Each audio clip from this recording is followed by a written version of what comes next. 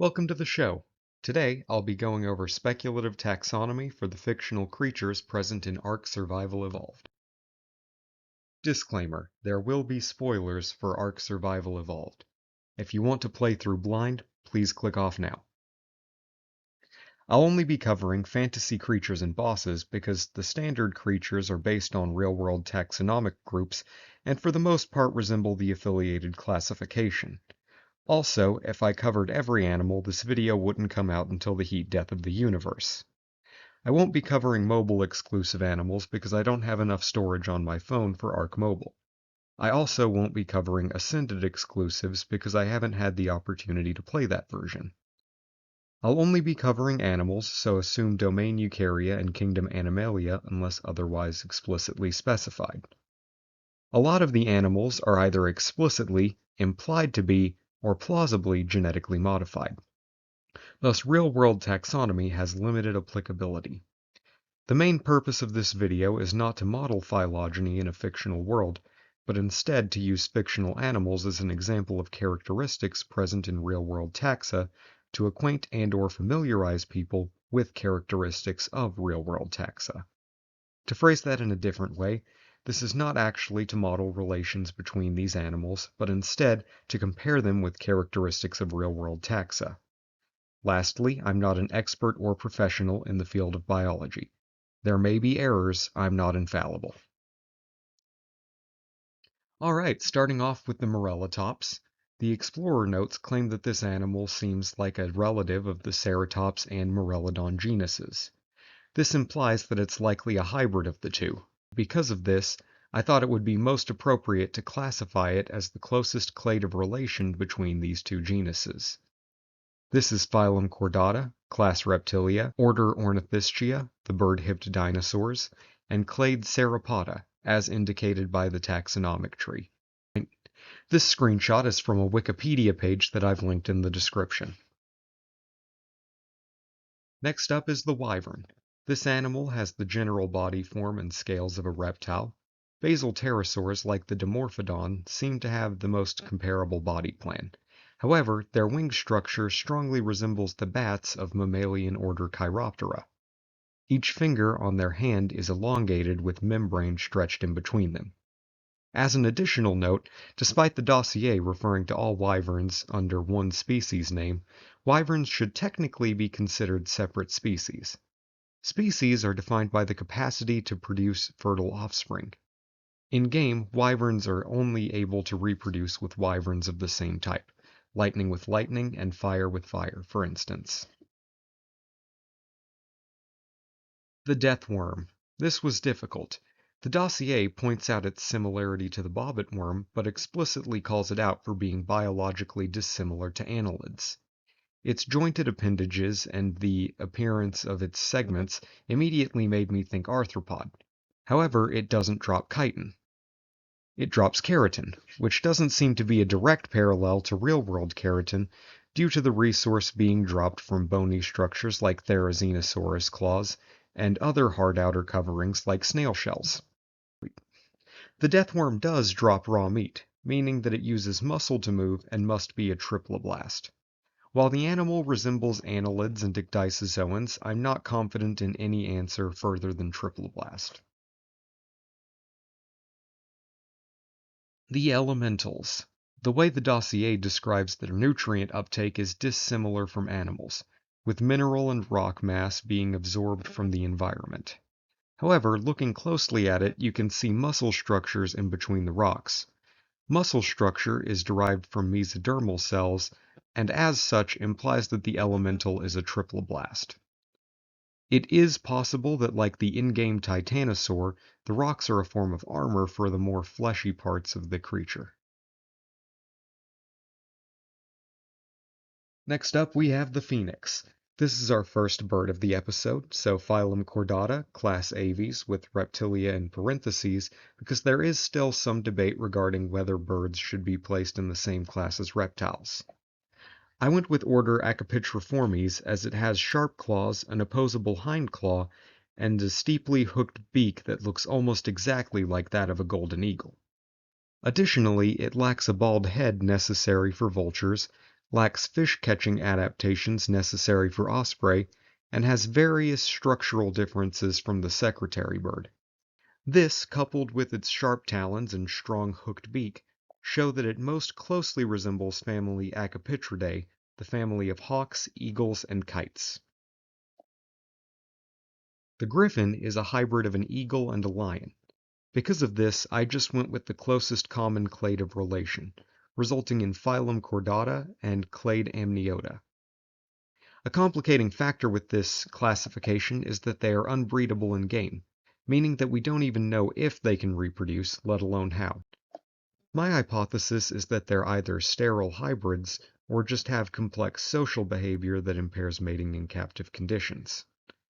It should also be noted that dorsal wings present in this and later animals would require major modification to the skeletal and muscular structures of the standard tetrapodal chordate body form. Next up, the Ravager.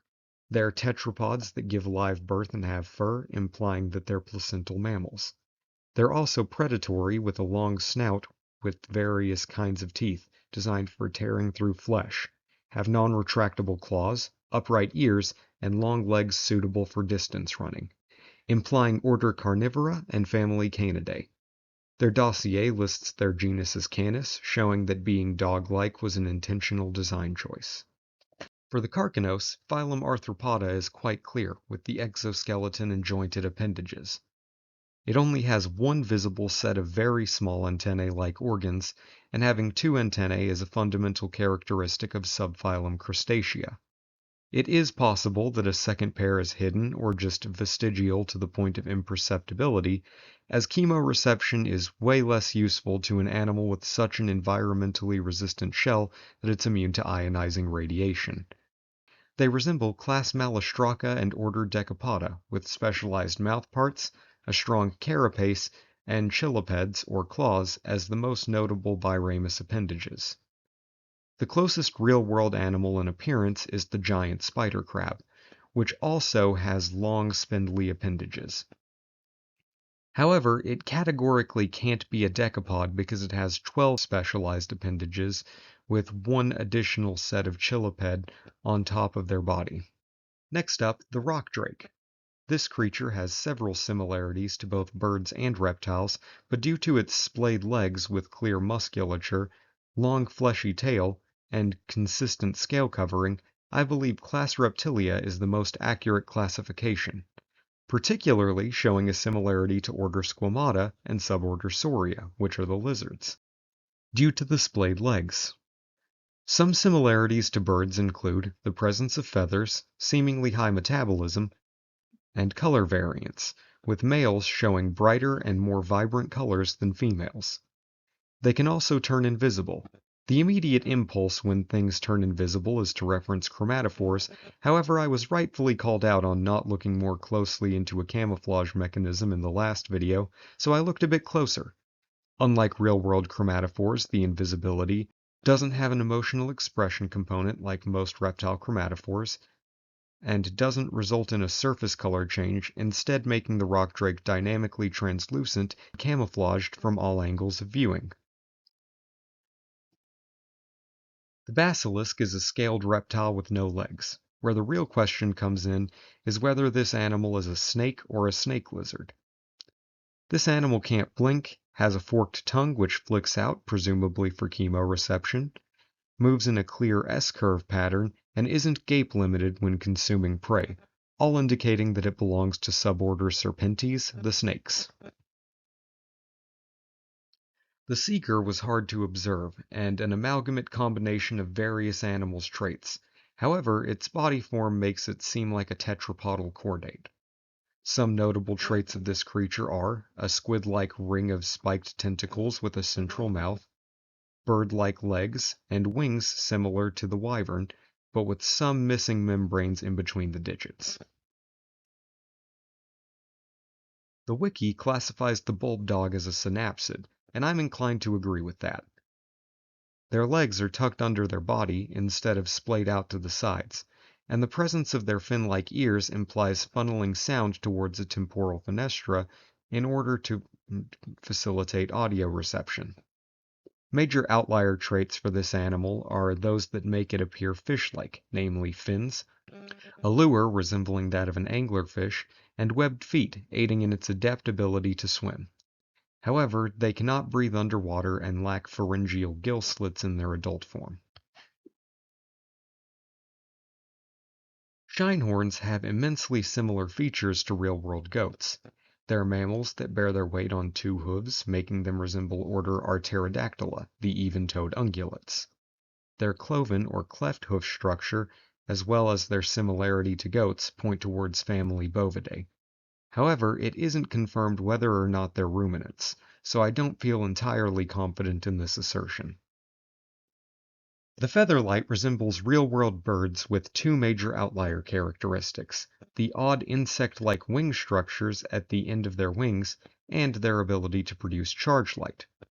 Additionally, they spend a lot of time walking on the ground and have a short beak adapted for eating seeds. This implies that they belong to order Galliformes, also known as the ground-feeding birds.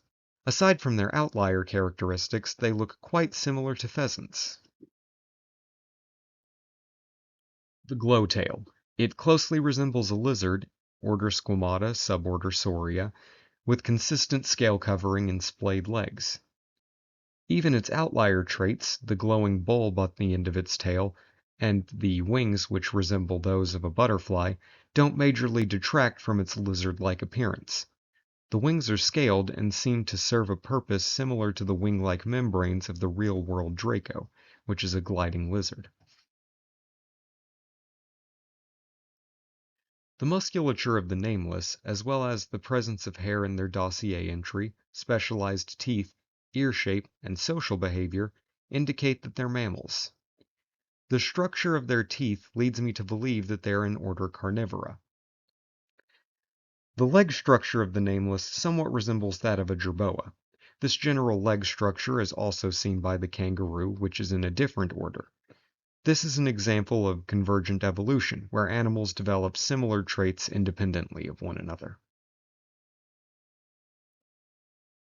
Reapers seemed difficult to classify at first, but a few key traits led me to believe that they're tetrapod chordates.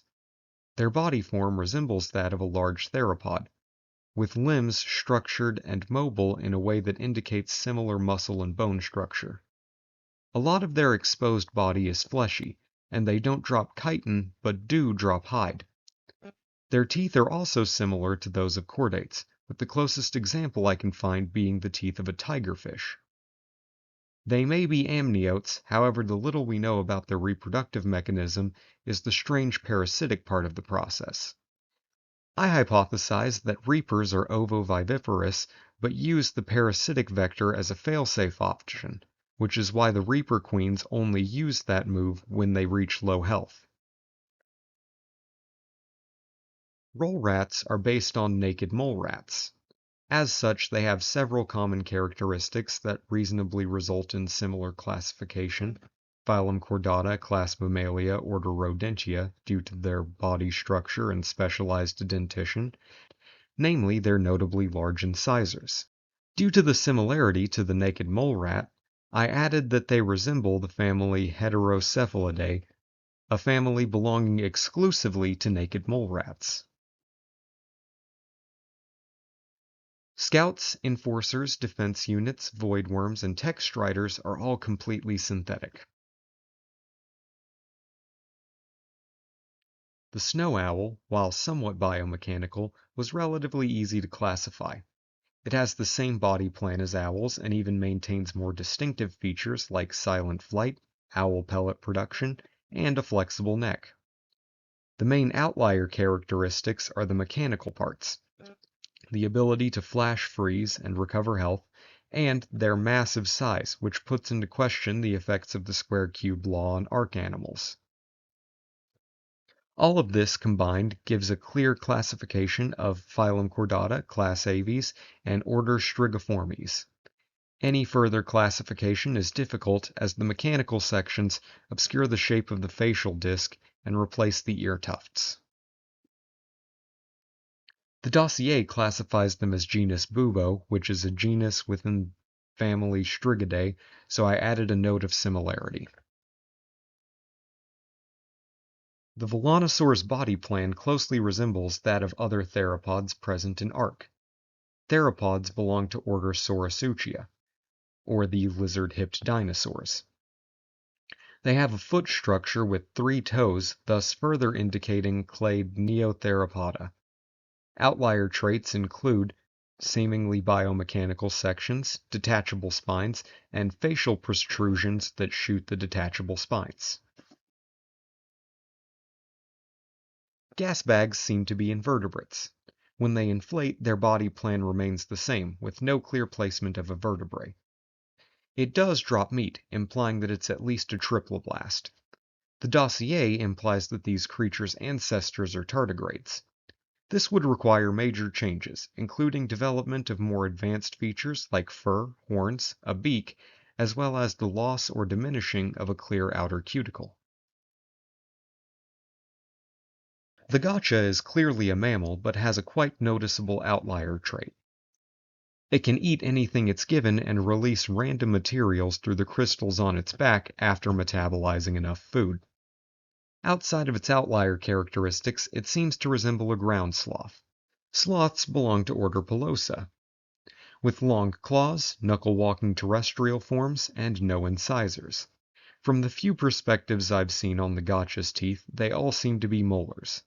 This was hard to see and doesn't exactly mimic sloth dentition, with a lack of visible canines and differences in teeth organization. The Managarmr is the main reason this video took so long to create. The dossier claims that it appears to be directly related to the rock drake, despite the many noticeable differences. It seems to have bat-like wings, like the wyvern, but with membranes diminished to only covering the forearms. It has clear biomechanical parts, including thrusters on the hind feet, but seems to have several mammalian characteristics, such as fur and specialized dentition, specifically resembling a carnivore. It also gives live birth, a common characteristic in mammals. However, it has a splayed-legged body plan, which is uncommon in mammals. At first glance, it seems to have specialized ears, indicating a synapsid skull structure, but the shape is part of a larger hardened section on the head. It could still serve the function of ears, meaning that it may be a synapsid, but cartilaginous ears are the standard for synapsid ears. Ultimately, I am unsure of where to place this, so for the sake of immediate resemblance, I went with order Carnivora. Starting out our Genesis Part 1 creatures, we have the insect swarm. Each individual animal in this swarm drops chitin and has visible segmentation, indicating phylum Arthropoda. They have no antennae, no jointed walking legs, and their body segments don't seem to match up with the plan of a chelicerate, so I can't classify it any further. Next up is the parakeet fish school. These are ray-finned fishes with a beak. A few real-world species of fish have teeth that resemble beaks, but none that I could find match this structure, so I can't go any further than class Actinopterygii. This animal is also referred to as a microbe swarm by in-game text, so this classification may be somewhat shaky. The ferox clearly resembles a mammal, but its musculature and skeletal development doesn't seem like a reasonable way of modifying a standard tetrapodal body form. As seen in its larger form, this creature has 2 shoulder girdles and 2 sets of pectoralis major and deltoid muscles. This would require an additional shoulder girdle, thus similar sets of bones connecting to a lower vertebrae, which would impact a lot of structures. The ferox has a lot of canine teeth, but after being tamed eats plants.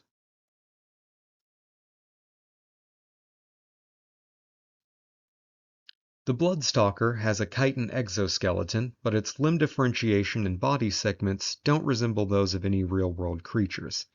It has no visible antennae, unlike subphylum Hexapoda, Myriapoda, Crustacea, and Trilobita, a 3-segmented body plan with clear divisions between the head and abdomen, unlike all subphylums besides Hexapoda, 2 frontal silk launchers used for anchoring and mobility, unlike any other animal I can find, among other traits.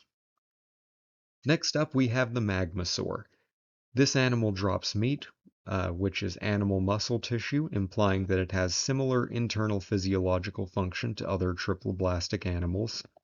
Its body form and postanal tail resemble some tetrapodal vertebrate chordates. It has amniotic eggs, as shown by their incubation on land. It has structures that resemble epidermal scales. However, these scales may differ sufficiently in composition, function, or structure to merit placement in a different class. Similar to lizards, they have a spade-legged body plan.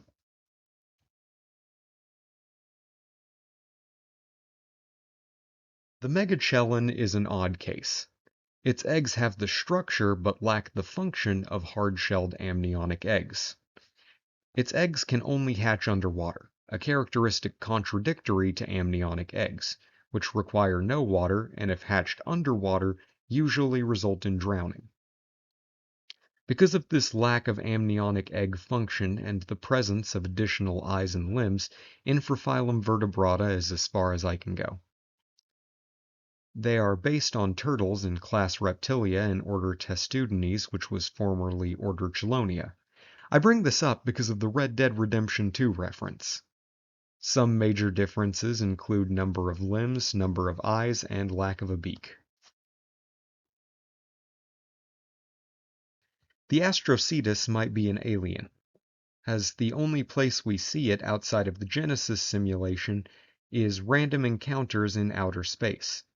However, via its translucent underside, we can see that it appears to have organs in line with, and structurally similar to, a mammal, such as a ribcage protecting the lungs and a winding small intestine.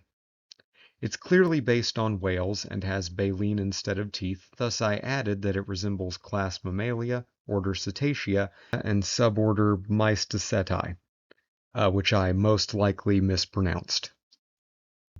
It does have some notable differences from baleen whales, though. These include its fin structure, number of eyes, and pointed body ending.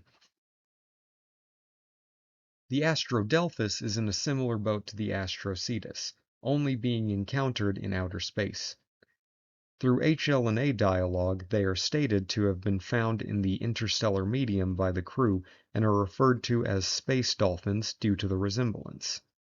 Like the Astrocetus, this creature has some noteworthy differences from its namesake, order Cetacea, family Delphinidae, namely its number of eyes, number and structure of fins, and visible plate-like segments. The Maywing is explicitly stated to be genetically engineered for the purposes of childcare. It has a tetrapod body plan, fur, and even produces milk, implying the presence of mammary glands, the organs that mammals are named after. They also produce eggs, meaning that they are monotremes or egg-laying mammals. One major outlier trait is that they're seemingly monoecious, with both partners producing a fertilized egg in-game. Given its appearance, it's likely based on the duck-billed platypus, with a few differences including but not limited to gliding ability, upright instead of spade-legged body plan, and production of milk from localized areas instead of what has been described as sweating milk. The Shadowmane's design is a mixture of a lionfish and a lion. HL&A refers to it as a chimera, part cat and part tropical fish. Its body plan resembles that of a tetrapod chordate. Also, given the similar body plan to a lion, the skull appears to have a synapsid structure. However, the presence of a temporal fenestra is hard to gauge from outside appearance, especially with all the lionfish-like frills along the body. This creature is capable of invisibility, seemingly with the same mechanism as the rock drake. The body plan and social behavior also leads me to believe that this animal has a lion base with a lionfish characteristics, and not the other way around. Noglins are small quadrupeds with sharp teeth designed for scalp attachment and puncturing. They seem to use their uniquely shaped tongue like a series of electrodes to control the brains of other animals. Its ears seem to have one focal point on each side, indicating a synapsid skull structure, though its abnormal mouth, teeth structure, number of eyes, and antennae-like protrusions from the head are all major structural differences from other tetrapods. It should be noted that I'm not entirely confident in this answer, but it was the best I could come up with.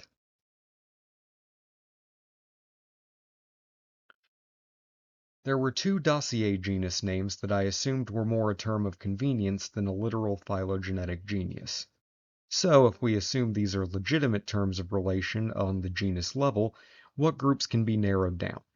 Starting with genus Draconis, the closest clade of relation between all of these animals seems to be clade Amniota.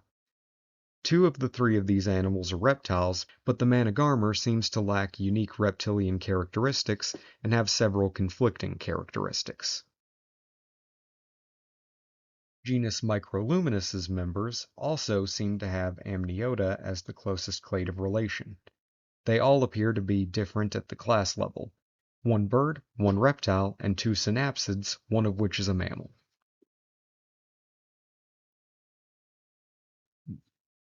The unicorn is capable of breeding with the normal equus, which means that it's just a subspecies of equus, because as mentioned earlier, species are defined by the capacity to produce fertile offspring.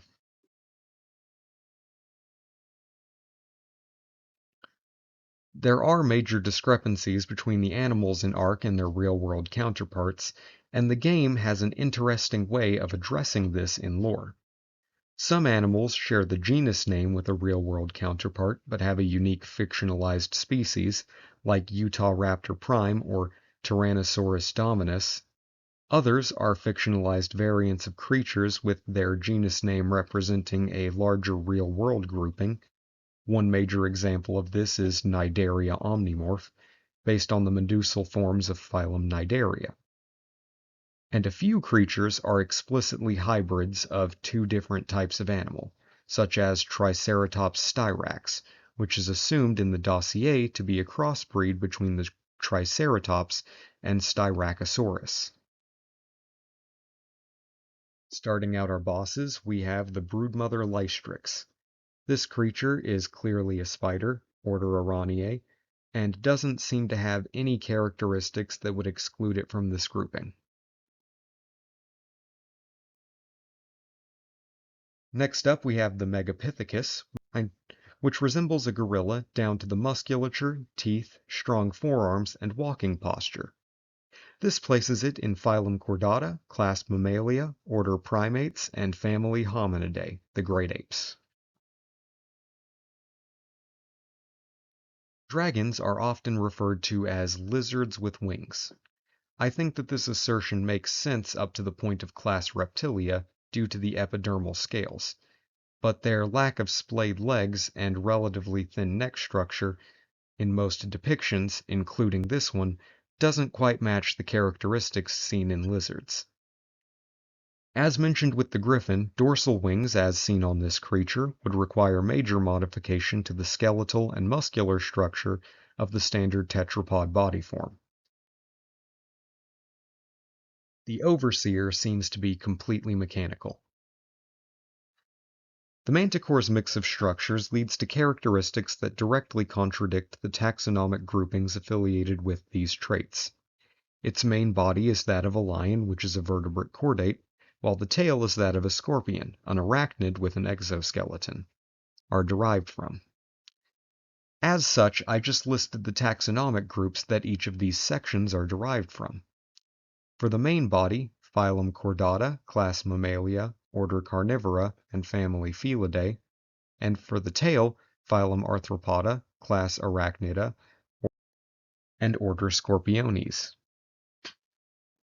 The wings seem to match the wing model used for most draconic creatures in this game, which is similar to that of real-world bats. The next boss is a major spoiler, so please click off now if you wish to avoid major story spoilers. Rockwell is canonically a highly mutated member of the species Homo sapiens, which are modern humans.